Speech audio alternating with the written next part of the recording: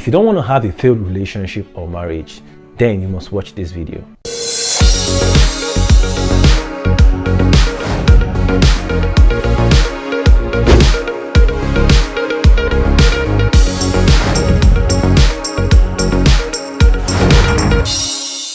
So guys, I would like to dive straight into this video, but I would like to encourage you to subscribe to my channel and also hit the notification bell so that you'll be notified the next time I upload a new video. And don't forget to like in the process if you enjoyed this video. Thank you very much. So let's dive in. I don't want to waste our time because today I want to have this conversation. I've been thinking about it for a very long time. So have we noticed that you hardly find a couple who break up or a couple who go their separate way or have difficulties in their relationship because of similarities they have? No, it's never the case. Even if you see one, it's like 1 out of 100 because they are too similar and they don't like being similar. They want something different. That's 1 out of 100. But then we notice that our differences are usually what makes us have issues. When we say opposite attract, you're talking about opposite attract. Do you know what happens after opposite attract? They start to fight because you are used to one thing. Now you have to deal with somebody who is used to another thing. And what am I trying to tell you? The first thing I'm telling you today is that you have to watch out for your background issues, like how you grew up. This is usually the first thing that make a lot of couples have issues in their relationship. Let me explain. We all grew up in different homes and our backgrounds shape us a lot. It shapes our view to life, whether you like it or not. Where you grew up shapes your view to life. That's why most times I don't even care about tribes or like where you're coming from, Nigeria, whatever. I'm more focused about where this individual grew up in, the kind of family structure they had. And it determines a lot about their relationship and marriage. But we don't know. Sometimes it seems like we don't know this, but let me break it down. Let's say, for instance, I grew up in a home where I had to make my bed every morning. Like it was a law. My parents, like they instilled it in me that you have to make your bed once you get up from bed. And I grew up that way. I made my bed every day from the first day they taught me till the last day or even till daytime. I keep making my bed every morning when I get up. But then there's this other lady that I'm attracted to. This other lady grew up in a different home where making your bed wasn't even a thing. Like, who makes bed? You make your bed when you feel like making your bed. You wake up, you go brush your teeth, do other stuff, and you don't even have to make your bed.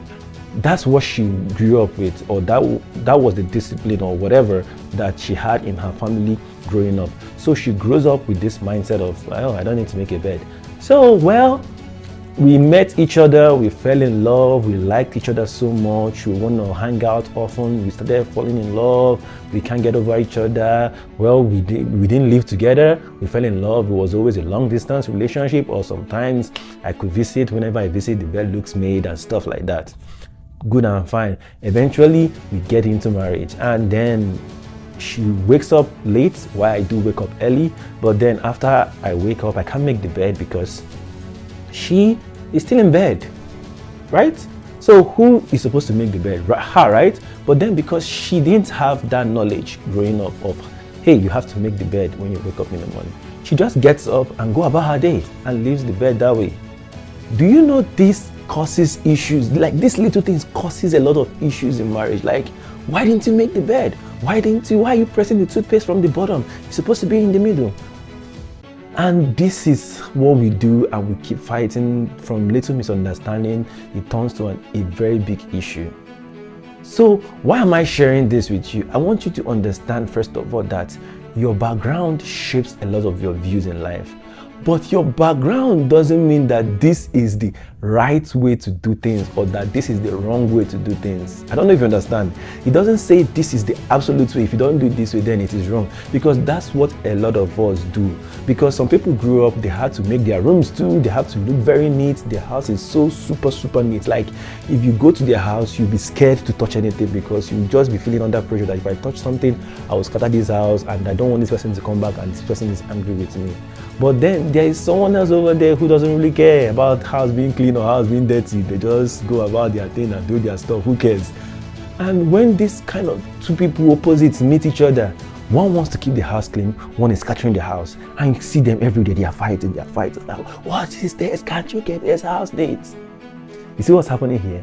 background. It's the background. It's nothing else. That's just the way they grew up. Because if you had actually swapped, if I swap these two human beings together, go back to this family and grow up from there, go back to this family and grow up from there, those things will be installed in them and they will grow up differently too. You see what I'm saying? Our background affects us a lot, and if we don't deal with it ahead of time, it will become an issue in marriage. So what's the solution to this? What's the solution? The solution is usually to learn that whatever you grew up with is not what someone else is growing up with right now. Some people are very toxic because they grew up in a toxic home too. So whatever you grew up, just know that that thing is not absolute, which means that you have to do what the Bible said. The Bible says, make room for each other's flaws. Make room. I'll link the passage here. Make room for each other's faults, because when you make room, it's easier for you to negotiate, to compromise, and to make things work. I know there are some of you that will say, no, I can't deal with a dirty person. I can't do that. Yes, I know we don't want to deal with it. Nobody wants to do that. But then you have to learn to be patient. Yes, there are some of these things that we grew up with that are good, that our partners have to grow to meet us halfway in it. Like they have to grow, they have to do their best so that they will at least be neat to some point that we can live with them. But at the same time, you don't have to be nitpicky. You don't have to always, you must do all those kind of stuff. No, you don't want to do that. You want to give them the free hand, or you want to give them the patience or the grace. Yeah, that's the word, the grace. You want to extend that grace to them to see that they will grow. And not just from their own points, you yourself, there are things too that they are very good at that you're not good at too, which means they have to extend that grace to you too. So see, if you get into relationship and marriage with this idea that there are things that our partner could have grown up with that we might not be comfortable with, and there are things that we have grown up with that our partners might not be comfortable with, it helps us to come into the union willing to learn from each other and willing to compromise and meet each other halfway. The solution to this is to learn, to be attentive, to be willing to learn, to be willing to compromise for your partner. So, for instance, there are some things you need to ignore totally, like totally. Example, where do you press the toothpaste? I don't know why people fight. Like, I keep hearing that people fight about that thing in marriage and relationship, but it doesn't still make sense to me. Like, if it's pressed in the middle, does it change anything? If it's pressed in the bottom, does it change anything? So some of these things, how do you roll the toilet? Should you roll this way or should you roll that way? Some of them doesn't really make sense to me. Like, whichever is fine. So you have to come to that point where you say, whichever is fine. Whichever way it is, it's fine. As long as those things are not things that are like, let's say maybe in the case of dirty rooms and stuff like that, yeah, those ones are critical. Like, it can make your emotions run and all those stuff. Yeah, we know those are the critical ones that your partner has to try as much as possible to get clean so that you guys can live in a clean house. But like all these things like that doesn't even matter that much. You guys should just say, well, this is my partner, we have two opposing views to this. That doesn't make it that he's wrong, that doesn't make it that I'm wrong. So let's just do it the way we know how to do it best. Do your way, press in your middle, I'll press in my bottom. Or if the worst case scenario, let's buy 2 toothpastes. Peace in the house. What else are you looking for? You have peace in the home. So don't go about trying to make an issue from things that are not supposed to be issue. Have the knowledge that your partner grew up in a different home. That knowledge will help you to try to, I'm not saying lower your standards, but then you have to learn how to drop some things that are not really worth it, like things that are not really contributing to the failure and success of your marriages. Just drop those ones, meet them level where they are, both of you. Those are two different views. Well, that doesn't make it wrong.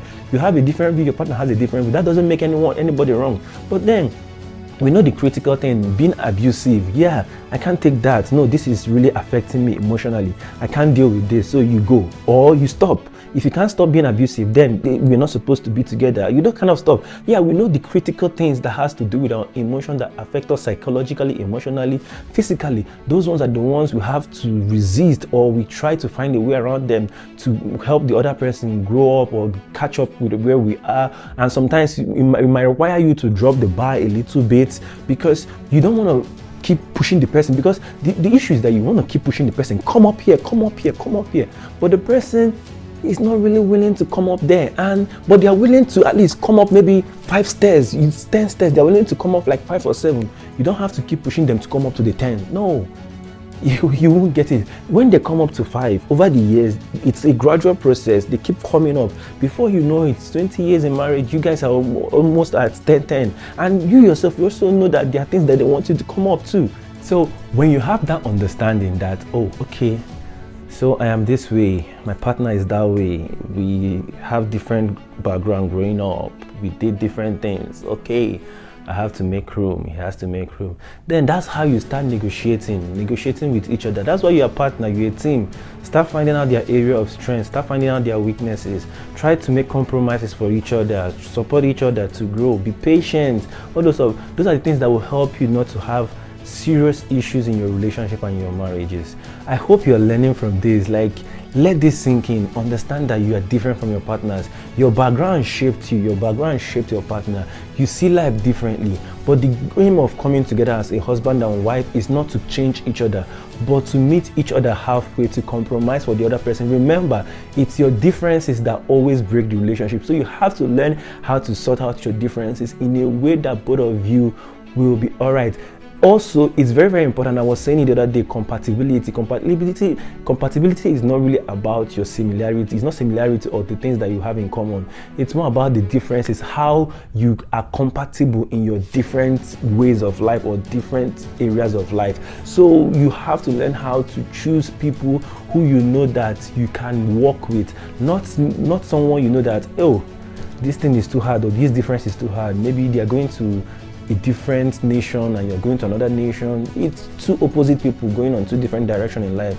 Those ones are not, you can't compromise those kind of stuff. But then you know you can compromise like little things as tissues, little things as, oh, okay, he doesn't know how to close the door, I'll help him close the door. I'll remind him to close the door. I'll remind her to close the sink. I'll remind her to do this. I'll remind her to do that. Those minor things are the things that that's why I would say pick your battle wisely. Those minor things, yeah, those are the areas of differences. You can try to always find a way around those ones. But those critical ones, then it probably should lead to the end of the relationship. And there's no point getting into marriage knowing, having those information, because it will be a constant struggle in marriage. I hope this video blessed you. I didn't know this video would be this long. I would talk this long, seriously, but this has been in my heart. I've been feeling like sharing this all week, and I know that you have learned from this video. So do well to subscribe, like, share, notify your friends, do everything that is doable. If you like this video, just like it so that YouTube will promote it. We are growing gradually. I'm back to YouTube, so support me so that the community will grow, and I will feel encouraged to keep coming back here to put up this video that will help you to build a lovely and healthy relationship and marriage. All right, guys, see you in the next video.